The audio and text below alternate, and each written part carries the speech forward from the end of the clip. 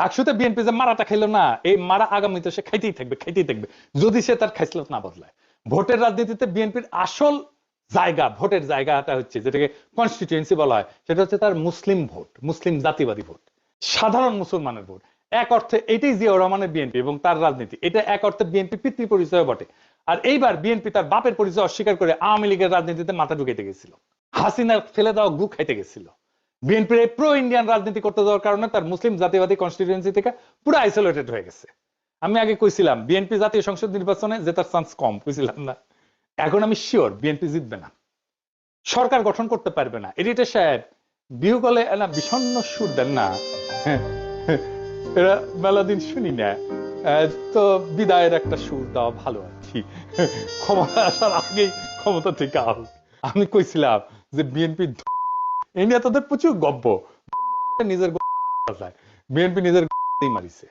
অনেকে তত্ত্ব নিতেছে ছাত্র সংসদ নির্বাচন আর জাতীয় সংসদ নির্বাচন এক জিনিস না।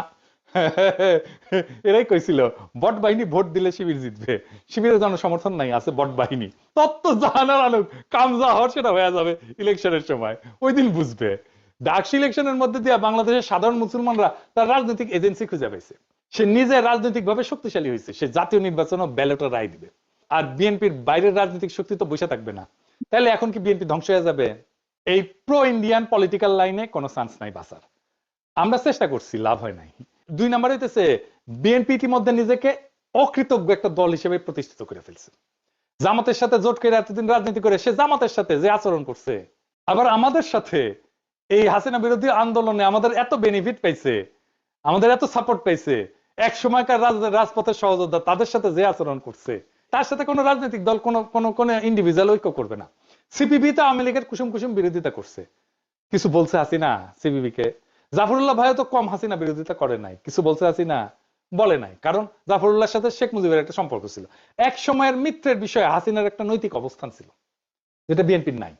বিএনপি এই ক্ষেত্রে আওয়ামী লীগের চাইতেও খারাপ, সে রাজনৈতিক বিরোধী থেকে ব্যক্তিগত শত্রুতায় পর্যবসিত করে। তাই বিএনপির আশা আমাদের ছাইড়া দিতে হবে।